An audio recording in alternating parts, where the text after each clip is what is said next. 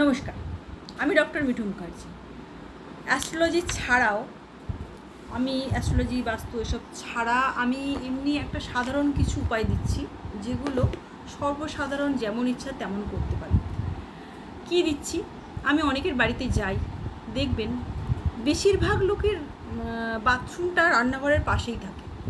বেশিরভাগ লোকের, ঠিক আছে, অসুবিধে কিছু নেই, ওয়াল দিয়ে আটকানো আছে, নো প্রবলেম। কিন্তু সেই বাথরুমটি খোলা আছে দরজাটা, আর যদি বাথরুমটা তার রান্নাঘরের পাশে নাও থেকে থাকে, সে সর্বক্ষণ বাথরুমের দরজা খুলে রেখে দেয়।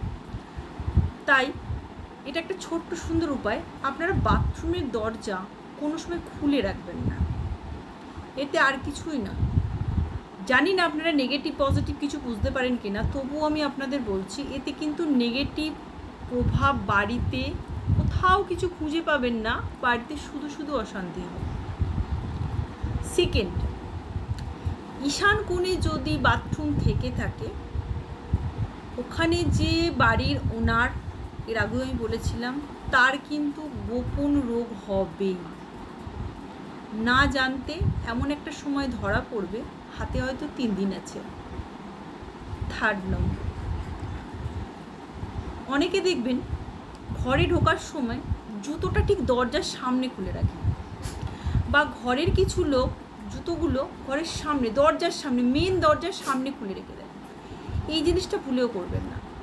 জুতো হচ্ছে আমাদের বাড়ির যত নেগেটিভ আমরা সাথে করে বয়ে নিয়ে আসি। দেখবেন আগেকার দিনে বাড়িতে ঢোকার সময় না পা হাত পা ধুয়ে ঢুকতো, এখন তো সেই সময় আর নেই। আমরা বাবুসাবু লোক জুতো মোজা পরে সবসময় ঘরের ভেতরেই ঢুকে পড়ি। তো ঠিক আছে, নো প্রবলেম, বাবুসাবু লোকেরা, বাবুসাবু মেমেরা ঘরের ভেতর জুতো পরে ঢোকে। কিন্তু একটা জিনিস মাথায় রাখবেন, জুতো হচ্ছে আমাদের সব থেকে নোংরা জিনিস। আমরা মারিয়ে এসে, বাচ্চা কাচ্চা থাকলে তো খুব খারাপ, নোংরা জিনিস মারিয়ে এসে নেগেটিভ জিনিসটা আমরা বাড়িতে নিয়ে আসি। আর মেন দরজা যেটা, সেটা হচ্ছে পজিটিভ এনার্জি নেওয়ার জন্য। কারণ সেই দরজার সামনে দেখবেন অনেকে স্বস্তিক এঁকে রাখে, অনেকে ওম এঁকে রাখে, অনেকে ঠাকুরের ছবি রাখে। তো ঠাকুরের ছবিটা দরজার সামনে একদম উচিত না। ওটা আপনি দরজা থেকে ঢুকে আসার পর যখন খানিকক্ষণ ঢুকলেন, দেখবেন সামনে রয়েছে ছবিটা। এই ধরনের জিনিস করবেন মেন দরজায়। এটা হচ্ছে কোনো অ্যাস্ট্রোলজি নয়, নিজস্ব ঘরোয়া কিছু পদ্ধতি, যে নিজেদের সুস্থ থাকার জন্য দিচ্ছি। তাই জুতো কোনো সময় ঘরের সামনে রাখবেন না, সব সময় কোনো সাইডে সরিয়ে রাখবেন। সাইডে সরিয়ে যদি কোনো বক্স থাকে তার ভিতরে রেখে দেবেন, বা কোনো বক্স যদি না থাকে, বাইরের জুতো, সেই জুতোগুলো ঘরের একটা সাইডে রাখবেন। কোনো সময় মেন দরজা বা ব্যাক দরজা, যে কোনো দরজার সামনে জুতো রাখবেন না, এটা রাখা উচিত না। আপনারা বলবেন হয়তো কোথায় রাখবো, সাউথ বলে দিলাম, জুতো নিয়ে চলে যাবে, কিছু করার নেই। আপনারা লক করুন, কাঠের বক্স বানান, এখন সুরাক পাওয়া যাচ্ছে, সেসব রাখুন। ফ্ল্যাটে তো সুরাক দরজার পাশে রাখা যেতে পারে, বন্ধ করে। মোট কথা, ধরুন কোনো পজিটিভ এনার্জি আসছে, আস্তে আস্তে দেখলেন দাঁত গিজড়ানো কেউ দাঁড়িয়ে রয়েছে, আপনিই রাস্তা দিয়ে যাচ্ছেন, দেখলেন একটা দাঁত গিজড়ে কেউ দাঁড়িয়ে আছে, ভয়ঙ্কর দেখতে, আপনি কি তার দিকে তাকাবেন? তাকাবেন না তো। কোনো একটা সুন্দরী মেয়ে বা সুন্দরী ছেলে গেল, তার দিকে তাকিয়ে থাকবেন।